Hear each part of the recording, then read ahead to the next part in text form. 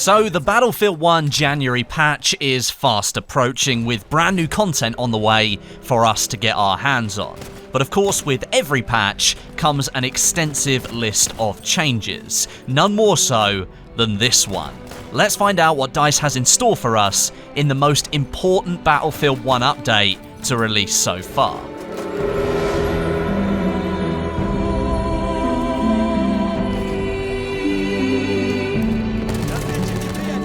Now today's video is going to be quite a long one, so go and grab yourself a cup of tea or coffee and get comfortable. I'm going to try and go into as much detail as I can about all of the different changes that will be coming in this January patch. But arguably the biggest part of it, alongside the new content, will be the redesign of the weapon balance. Shotguns, SMGs, medic rifles and LMGs are almost being completely redesigned.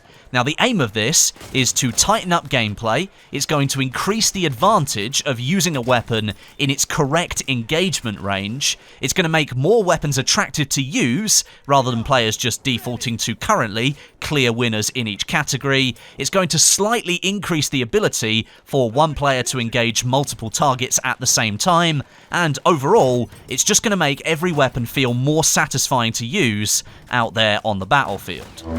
Let's start off with the SMGs then. All of them, apart from the Automatico, are having a 4 bullet to kill applied to them at ranges up to 12 meters. Now this is to make them more competitive against shotguns, which of course are the clear choice for extreme close quarters combat. Being able to finish off a player more quickly with your primary weapon should also see less players throwing grenades in close quarters, which of course we all know is quite a good option right now. DICE is just trying to reduce that even further. And furthermore, DICE thinks this change will make other SMGs more attractive, with most of them now being capable of killing enemies in 4 shots at close range. That should remove some of the popularity of the Hellriegel, which was backed up by 60 rounds. Before, if you missed one of those 5 bullets you needed to kill somebody, where you had plenty in reserve. DICE is hoping that that balance can kind of be restored by making the other SMGs a little bit more powerful.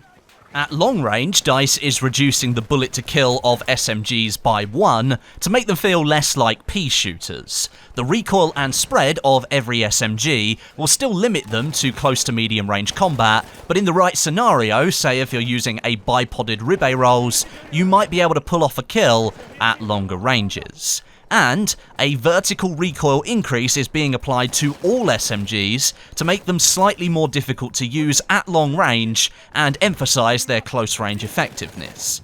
Now for Storm variants of SMGs, that's the Hellriegel and the Automatico. Yes, the Hellriegel uses Storm variant modifiers, even though it's called the Factory, I believe. The vertical recoil reduction of that Storm variant is being tweaked slightly again to make sure you can still reach out a little bit further, but not as far as an LMG, which should have the clear advantage. Moving on to shotguns now, and these are having their shell and pellet design completely modified. Gone is the random spread of pellets across the cone of fire, and in comes a structured segment system.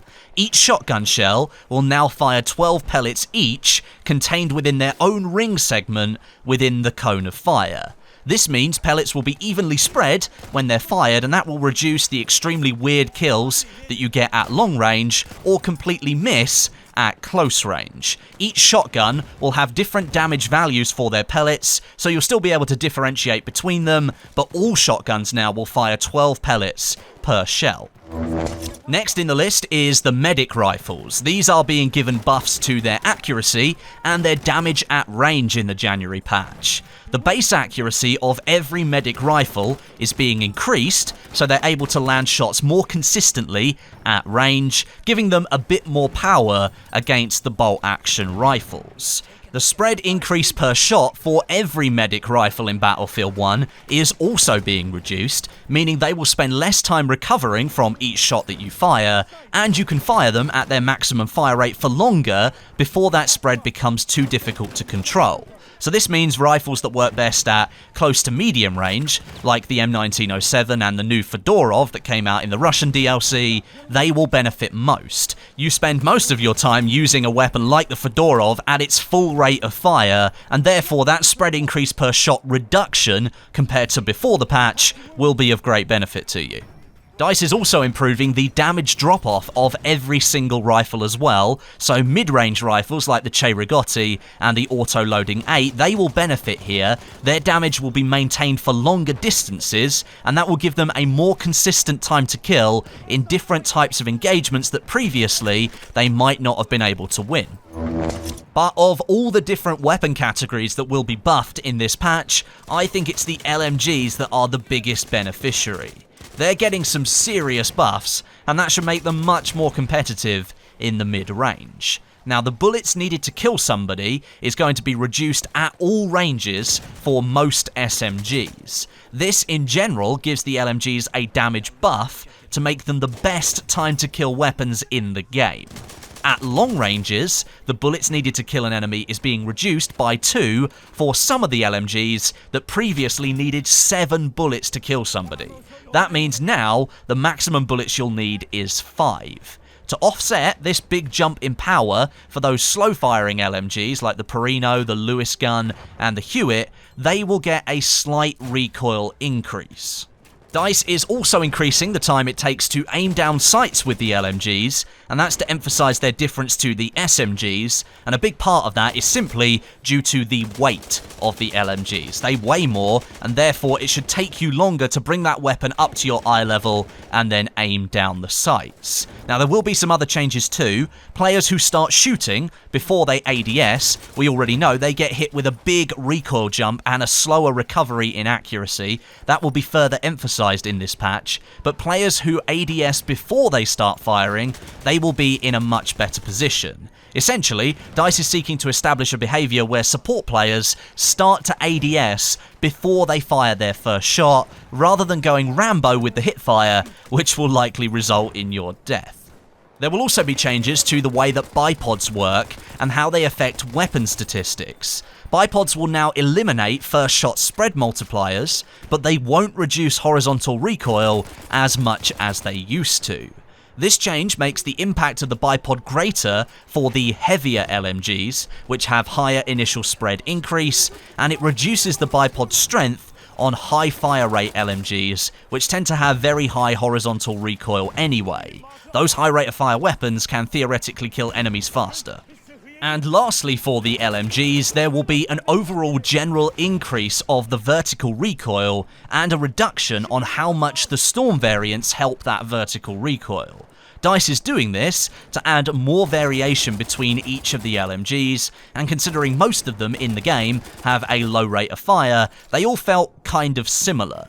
This change should help fix that. The Bar Storm is actually the most popular LMG in the game, I mean, who's surprised at that? And this change to the Storm variants should bring that weapon back into line with the other offerings.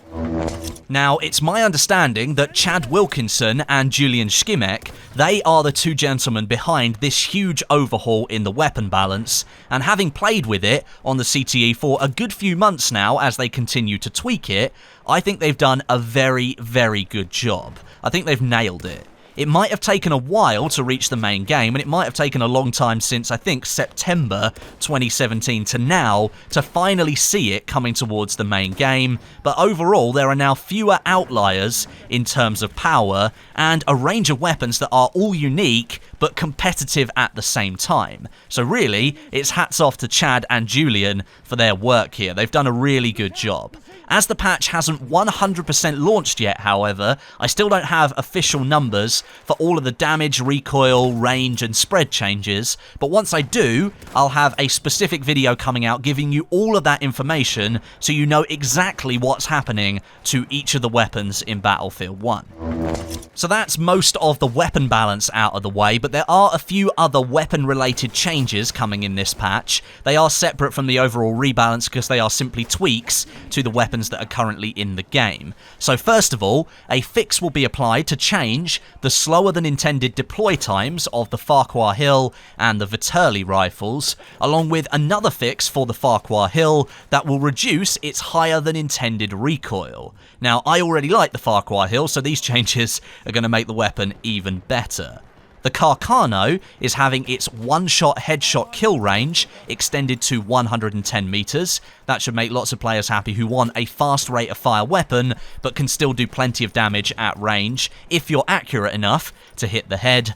And the M1903 Experimental and the M1917 Trench Carbine will be capable of 3-shot kills inside 12 meters once this patch goes live. Those weapons are about to become awesome, and finally, the 1903 Experimental gets some love. It's probably one of the least used weapons in the game, and I thought it was a little bit of a troll weapon when DICE added it, but finally, it's getting some love. Some gadget changes next, and these are quite important because they change how some of the gadgets work quite drastically.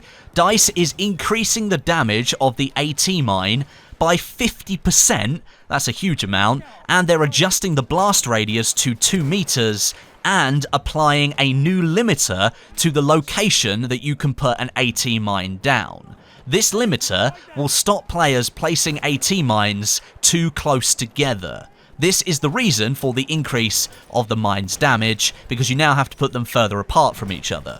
And I've also got some changes here specifically to the tripwire bombs. Now, the high explosive variant will inflict twice the amount of damage to a player who is sprinting and activates the bomb.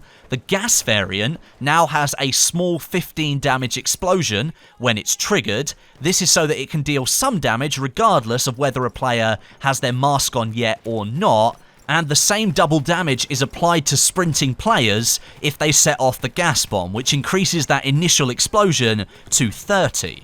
And lastly, the same range limiter system from the AT mines is being applied to all tripwire bomb variants, so you'll no longer be able to stack them close to one another to try and inflict even more damage. And lastly, to wrap up this video, I've got some more general updates. These are regarding the UI here. They've now added completely custom colorblind options into the video settings so that you can choose your own colors rather than a preset if you want to. That's some really good customization there from the development team.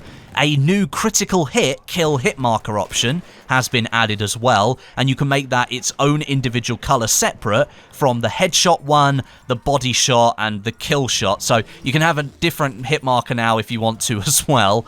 An option to enable a detailed minimap along with full customization of certain elements of that minimap has also been added to the gameplay options. And finally, world icon size and opacity sliders have been added too, so you can clear up even more of that HUD. This January patch is probably the biggest in the game's life cycle in terms of how much it's going to change the game. A complete weapon rebalance is exactly what I think the game needed to breathe new life into it and offer something completely different. Once a game has been out for a while, it can grow old on you. Battlefield 1 has been out for over a year now, and it's about to get the adrenaline shot, almost the same one that Battlefield 4 got in the past. Thank you very much for watching. Let me know what you think of these changes down below in the comments section. There are quite a few of them, but let me know what you're thinking, and I'll be down there reading and replying to as many as I can. But until next time, my name is Westie, and I'll catch you guys in the next video.